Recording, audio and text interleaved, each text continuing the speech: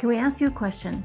How do you know if you are traveling the right way? Yeah, is it luxury hotels? Is it backpacking through hostels? Or is it possible that there is no right way to travel?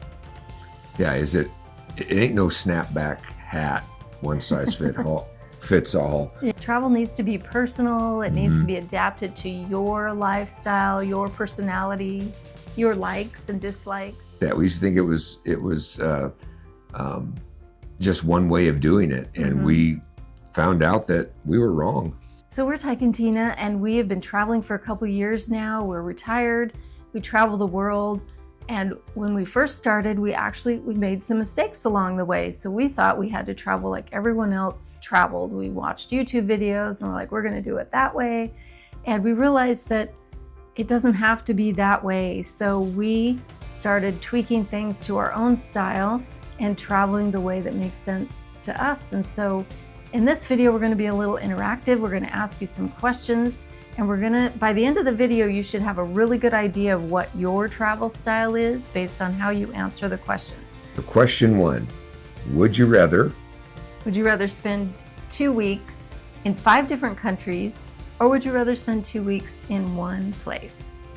So what we've decided is even though we're young enough, and that's why we retired early, is to travel while we're still healthy, going to 5 different countries in 2 weeks is a lot. So that's not our travel style. We like to just take things slow. We like to spend 2 to 4 weeks in one place. or more? I mean, if it's an expensive place to be, we like to spend a week or 2 there. But if it's an inexpensive place where we can really maximize our budget, we'll stay 4 weeks because it's cheaper to stay 4 weeks in one place. If you're using like an Airbnb, you get a better rate when you book it for a month instead of a week or 2. Sometimes you can stay for a month the same price as you can stay for a week or 2. And in the US, maybe for even a night or 2 nights. Yeah. You get an entire month over there, and over here, maybe a night, maybe 2 nights. Yeah, that's true. We used to think that we needed to see everything, that there was this time limit and we needed to hurry and just see all these different places.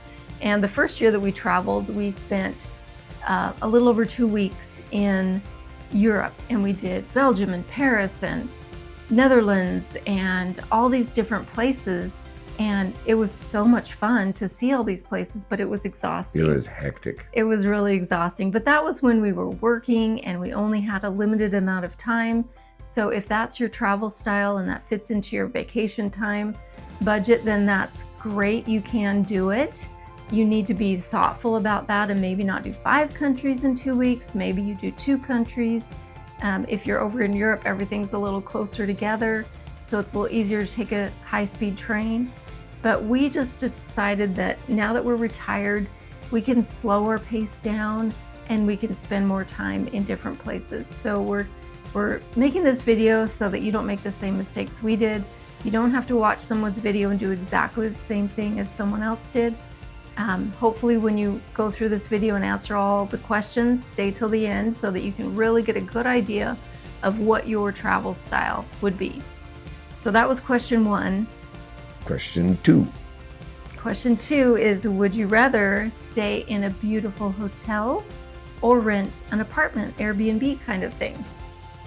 Yeah, I mean, think about things like, what are your options?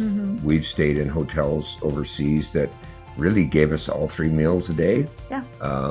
Lots of accommodations, and you kind of feel a little spoiled. And that's okay. Sure. The prices were great. Or would you rather have the option to cook, do your own laundry? Now you can do a hybrid, because there are some hotels where you can get kind of a suite type room where they have a little tiny kitchenette. So you could do some cooking. For us, it didn't make sense where we have lounge access with our IHG branded card, and we stay in hotels that give us lounge access. We have access to 3 meals a day for free. So it doesn't make a lot of sense to cook, but there are times when you kind of crave something that they don't offer in the lounge. Maybe you're craving a home cooked, one of your favorite meals that you like to make. So you can kind of adapt it to either one. But we've also stayed for a month in some Airbnbs that were really comfortable and nice to have that option of feeling more like a home. With an Airbnb, you don't get daily housekeeping and things like that. Sometimes you can hire somebody outside to come in and clean for you, and that's definitely an option in Southeast Asia. But the nice thing about a hotel is you get that daily, sometimes multiple times a day, housekeeping, turn down evening bed service. I mean, they'll bring in fresh towels as many times as you need. They'll bring you waters. Things like that are really nice in a hotel. And some of our criteria for hotel stays are, we like a nice gym because we like to take care of our health and work out. We like a good pool because it's hot in Southeast Asia and I love to swim. So it's nice to have a pool. And then of course the lounge is an added bonus. But with IHG, every hotel offers free breakfast if you've met that qualification. So at least if you don't have a lounge, you're going to get the free breakfast, which you can power up on that and maybe just have one other meal during the day. So it's whatever your style is. You can look on Airbnb and get really good prices for 28 days or more. We like to do that hack because it cuts the price really cheap. And in Airbnbs, you can also get a pool. You can also get a gym. Sometimes an Airbnb might be a little closer to things. Sometimes a hotel gives you that closeness to the sightseeing stuff you want to do. We like to be walkability, and public transportation is a must for us. So that's a criteria. So keep that in mind when you're planning these different things. But it's really just whatever you want. Sometimes a hotel can be a little bit claustrophobic maybe, or maybe there's a lot of people. A little faster pace. Generally, the hotels are located in business areas, so that's maybe a little more congested, a little more, but it's also a little more activity, more bustling, a little more exciting perhaps. Maybe you like that.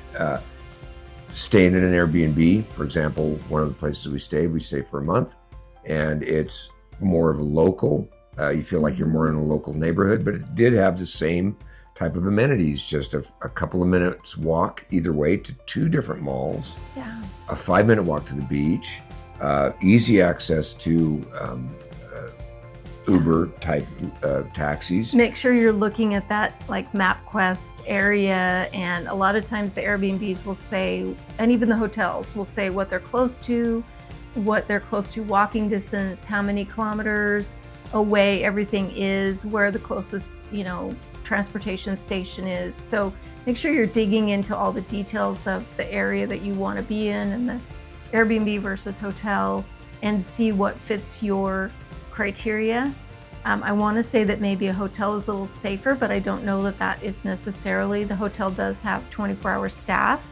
They do have, a lot of the Southeast Asia hotels have like security doorman type things.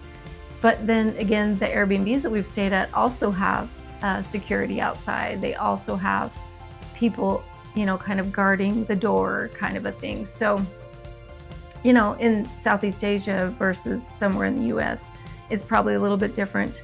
So check that out, what your style is, especially if you're traveling alone.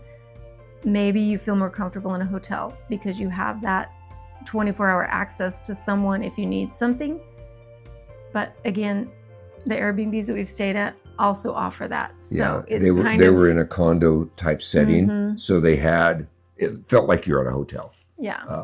So there's those options as well. And then there's also the option where you stay at a residential type Airbnb, and it's in a neighborhood. We stayed in a couple of those where we felt like we were just part of the neighborhood, but you didn't get the doorman or any of that. Right. But so there's those options. Just watch that kind of thing. If you're traveling single and you want that added security, maybe the hotel or the condo Airbnb is a better fit. Question number 3.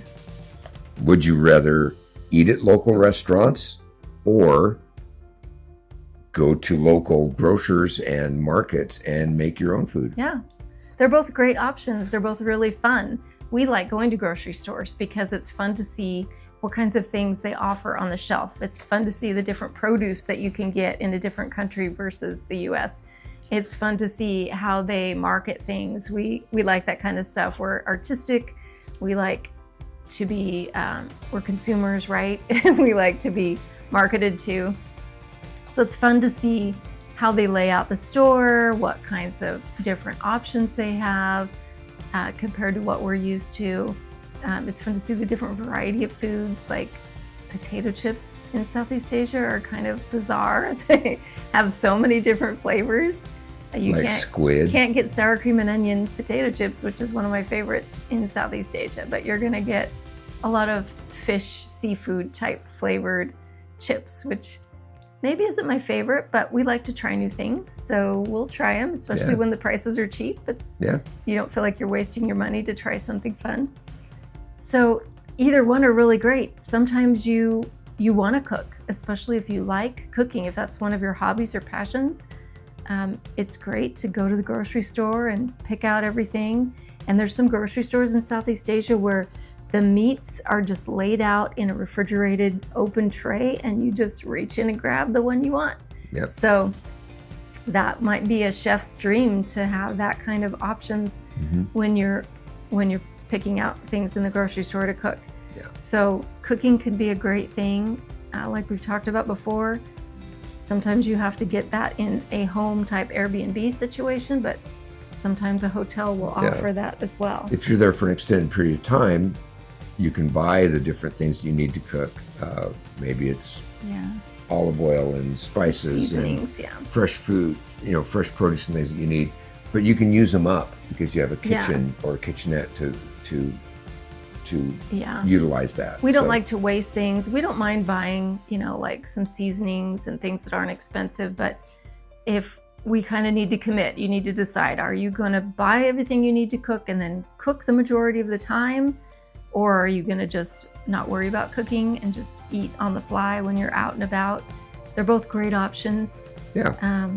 But just kind of keep that in mind with what you're planning and how your travel style works. Question 4.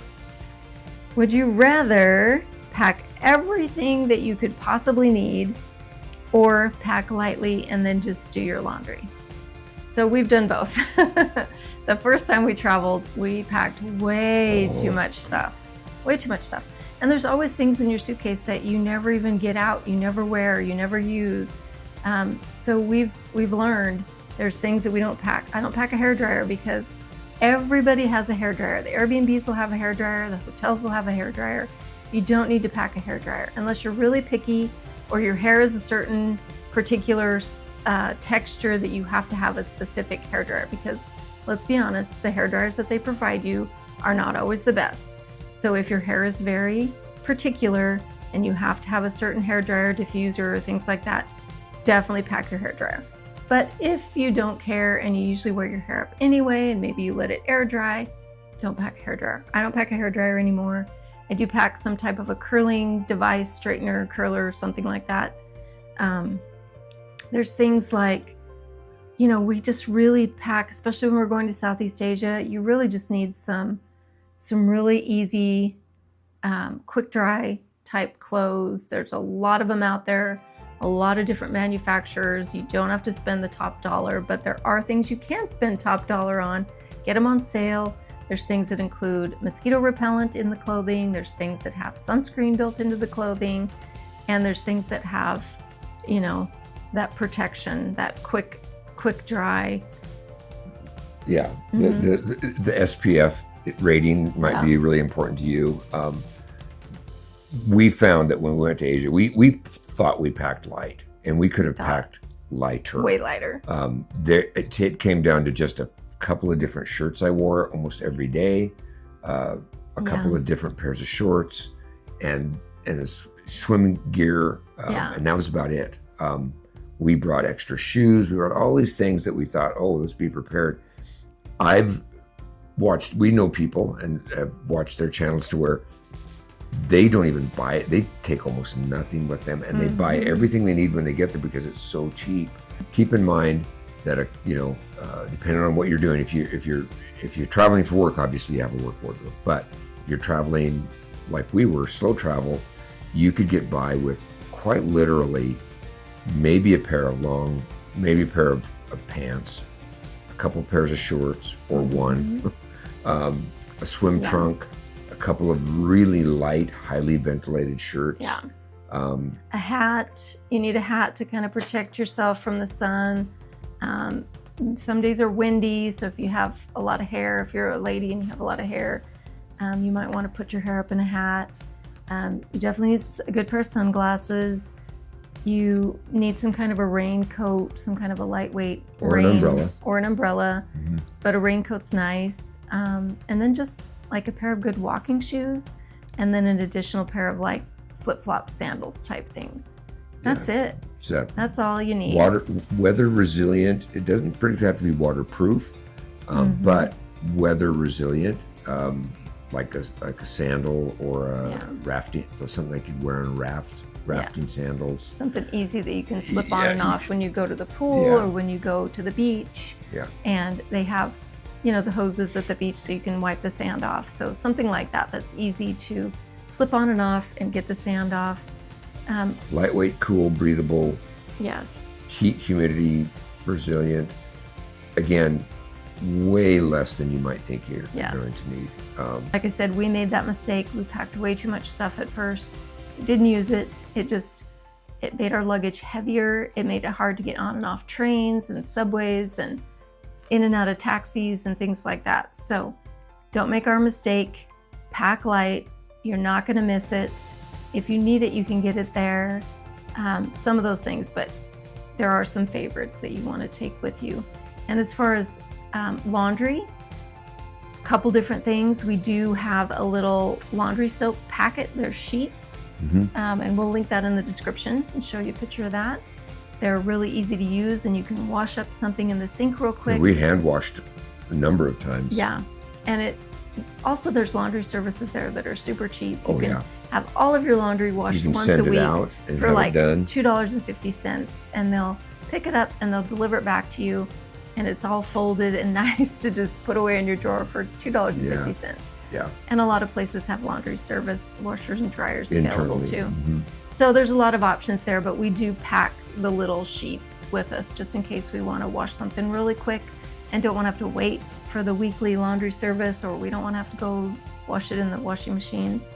So that's a really nice option too. I mean, you could really get away with a big backpack. That's totally, you could. If you want to. Yeah. We like the roller option. We like the roller option because it's better on the shoulders and the back than packing around a backpack. So question 5, would you rather stay in a really big, busy city or a beach town? Yeah. We've done both. We stayed a month in Bangkok, Thailand, and we realized after that that's really not our style. We do love the busyness and all the fun adventures, but really maybe 10 days is our max in a big place like Bangkok. We prefer the beach towns. So it just really depends on your style. We like that laid back, relaxed, walkability. But still amenities that you can. Yeah. We definitely have to have the amenities. We don't want to feel bored. We don't want to feel like there's nothing to do. Bangkok, you're never going to get bored in Bangkok. Everybody should go to Bangkok at least once in their life. It's an amazing place to be. It's over 14. I had no clue. It's over 14 million people there. Yeah. I've never seen more skyscrapers in a skyline than you'll see in Bangkok. Yeah. It is phenomenal. Yes. And shockingly easy to get around. Shockingly not as busy as you would think, right? You don't envision New York City where there's hundreds of thousands of people walking the sidewalks at rush hour and in the, it's not like that at all. Right. It's almost movie set modern. It's efficient. You think of it, when you see the way that they get around and all the different sky trains and things that they have, you think, wow, what is it looks like it's out of a movie set, some kind of a Blade Runner or something. It's pretty cool. We don't really have anything like that we've seen in the US, so it's pretty cool to experience. So we really believe everyone should go to Bangkok at least once in their life. And it's not big city scary either. Our max after spending a month there is maybe 10 days. We do love Bangkok. We are going back to Bangkok. But that's not our style. We're not going to camp there for a month like we did before. We have a lot of friends that love Bangkok. They would rather be in Bangkok than a beach city, and that's great. This is why we're doing this video. Know your personality. If you like the excitement, if you like the commotion, if you like the easeability of riding a mass transit type system, then Bangkok is definitely for you. Malls. The one thing we suggest if you like the big cities like that is make sure your accommodations are really close to public transportation, because it's so hot that you don't want to have to walk a mile to get to the public transit, which is air conditioned.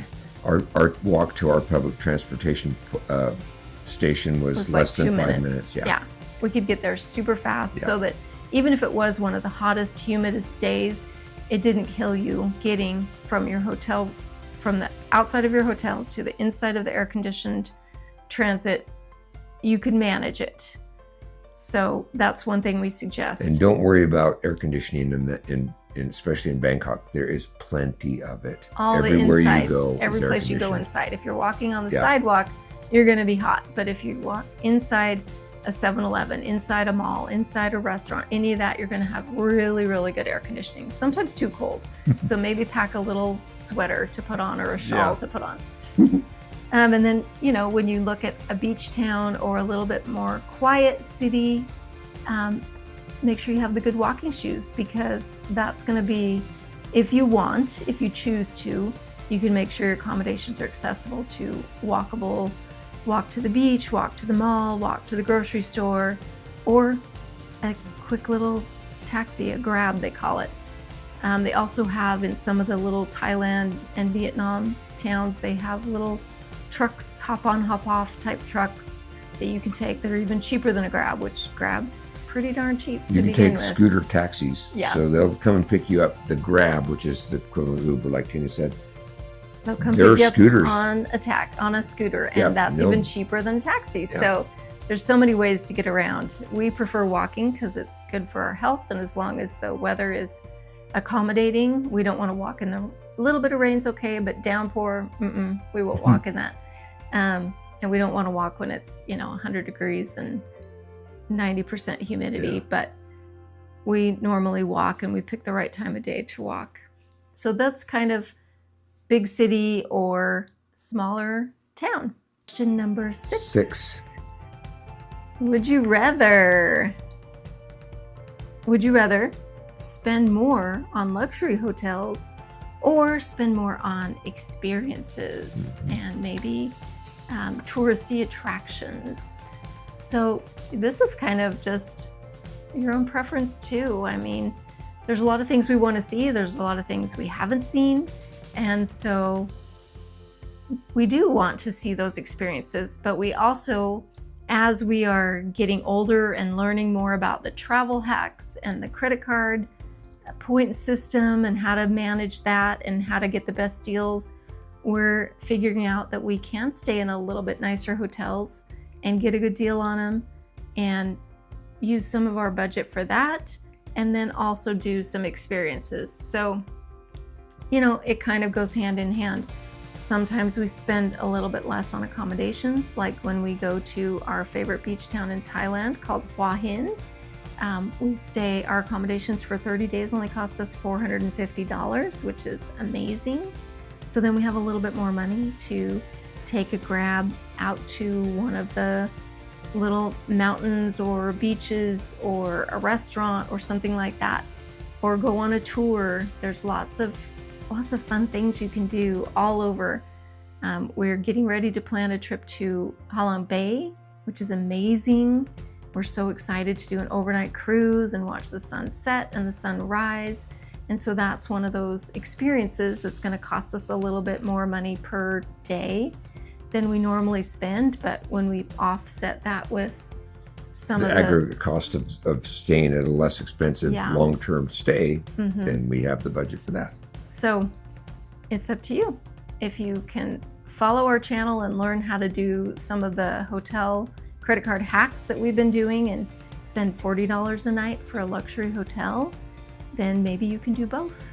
But We do, as we get a little older and get a little more experienced in this, we have found that we like staying in the little bit nicer hotels just because they're more comfortable. The rooms are maybe a little bigger, beds are a little softer. It's nice to have the lounges, which are part of that luxury type hotel. Yeah. You're not going to get a lounge in a Holiday Inn Express, right? But there are a lot of entry-level Holiday Inns that have really nice lounges too. So yeah, just check your app if you follow along with the IHG stuff that we're doing. Check the app, because you might be surprised at a hotel that's going to offer a nice lounge for you. And if you've never experienced lounge access domestically or overseas, for example, 24-hour lounge access means you can go to the lounge, and certain times of day they're having high tea, which gives you heavy hors d'oeuvres, or evening happy hour, which is also heavy hors d'oeuvres and alcohol. But we don't drink, but if you drink wine or beer or mixed drinks, it's free. It's free. In addition, though, during those hours that they don't have food, you can go in and get a soda or two. You can get bottled water. You can get ginger ale. And there's usually cookies and things available. There's always something out. There's always something out to snack on. That is a win-win in two ways. One, you don't have to go out to a convenience store to get stuff for your room. You don't have to access the mini fridge, which is super expensive. Yeah, we don't do right? that. So you can go get a Coke, or you can get a soda, or they have coffee and tea. Yeah. Just those little things that help. Free. That you can kind of take back to your room, or take with you on your walk or your adventure for the day. It's worth paying a little bit more for the hotel, because those are unlimited. Because you're getting free food, so it's really not costing you more money. Yeah, they don't limit you. You can go grab, 6 sodas or 3 bottles of water, or 10 granola bars, whatever it is. We're not saying raid the fridge, so to speak, but we kind of are. But think about those little incremental costs. But it's yours to have, and that's why it's there, because they want you to be And those can add up quickly, right? Mm-hmm. If you are buying, if you're a soda person and you drink a couple of them a day, now they're free. Right? Even with the prices over there, even if it's $1 a soda, if you do that once a day, that's $30 a month. That's almost your entire hotel stay. So it adds up fast. So question 7, would you rather see everything or experience one place? Yeah, so this is kind of one of those, what's your pace? Do you want to be rush and go around and do everything? Or do you want to just slow it down and enjoy the culture of the area, enjoy the local little cafe shops where you can just sit and people watch or enjoy the scenery? We had a really fun experience towards the end of our stay last time at the beach in Hua Hin. We found a lovely beach cafe that we could just sit and watch the boats. We could watch the tide come in. We could watch the kids playing on the beach. It was really nice just to sit. The food was amazing. There was locals chit-chatting around us, and it was a really nice, lovely, peaceful, relaxing way to spend the afternoon. Over there in some of the grocery stores, they had restaurants. Yeah. So you could buy the food that they're selling, right? You could do your grocery shopping. You could do your grocery shopping, then go sit down and have a meal. And the meals were reasonable. They weren't maybe as cheap as street food, but they were pretty inexpensive. Less than a restaurant. And a lot of the people were just sitting at tables talking to each other, and they were meeting for the first time. So it was a nice little social setting. And that was a fairly common thing, that the grocery stores there had restaurants inside of them, some sort of a restaurant or a deli that you could eat in the store. That was very common. In every mall, in the basement floor is a food court, which we used to have in the US, but has kind of dwindled now. And so, when you go to the Southeast Asia malls, all the bottom floors have food courts and amazing, tons and tons and tons and tons of different restaurants. Are a big, anything you can have, anything you want. Especially in the large metro malls, like in Bangkok, the restaurants in the malls they challenged the amount of stores that were there. Yeah. I mean, we're talking several hundred restaurant choices in some of the larger malls. And not just food, there's dessert options, there's treats, there's anything you could possibly imagine. It's pretty amazing. So you just kind of have to decide, what do you want to do? Do you want to be more relaxed? Do you want to, we treat it like our lifestyle. We treat it like this is our home. We're traveling. When we check into a place, this is our home for the next whatever amount of time, 2 weeks, a month, 4 nights, whatever it is. This is our home. We unpack our suitcase, we put our clothes away, we hang things up, we put all of our cosmetics out. We're here, we're set, and then we like to make sure we're doing our daily exercise. We like to go swim. We like to go out and enjoy the surroundings, and we like to embrace the culture. So we do want to see some of those touristy experiences, but that's not the whole goal. Our goal is just to live our life and do the things that we want to do while we're there. So at a reduced cost. At a way reduced cost. So the geo arbitrage is alive and well with Taikantina Adventures. 7 questions. So what's the lesson? Well, here's the big lesson. Mm-hmm. So it isn't really about the travel. It's more about life. Like I just said, we live our life in wherever we go. Whether we're visiting family in the US, we live our life there. If we're off traveling in Southeast Asia and doing our geo arbitrage, we live our life. It's whatever you want to design your life to be, and that can change. You start out one way and maybe you decide, well, that's not quite, when you're first starting out, you've got to try a bunch of different things. This 7-question video will give you a good idea of what you think you want to do, and then you can kind of taste test a few things. The lovely thing about using points and doing the hotel stays is that it's all completely refundable at the drop of a hat. So if we have, that's why we like to set our nights as 4-night stays. We do our hotel stays and it's 4 nights in a row, because you not only get your points into your next level of your rewards, you get those quicker, but you also, it's easy to change your reservation. So if we have 28 nights scheduled in Bangkok in 4-night increments, and we decide, yeah, this isn't quite our feel, this isn't quite what we want to go someplace more relaxing, cancel that reservation, book something somewhere else, and you're off to the races. So you need to decide what you want to do, build it your own way. Don't follow exactly what everyone else is doing. Maybe try some little things from different people, but you've got to decide what you want to do, how you want to live your life. And remember, it's your life, especially if you're like us, living your retirement life, geo arbitrage, trying to save money. Where our goal is to save as much money as we can to put it into our retirement accounts and grow our investments. So we're trying to live cheap, but we don't want to sacrifice lifestyle. So that's where Southeast Asia fits in really well with our goals. We love Southeast Asia. We love the culture. We love the diversity. We love being able to do all the different things we want to do. And we definitely love the price tag. Oh, yeah, by far. And that's kind of going back to the hat, right? The snapback hat. It's the one size fits all. You get to design that fit and what works for you.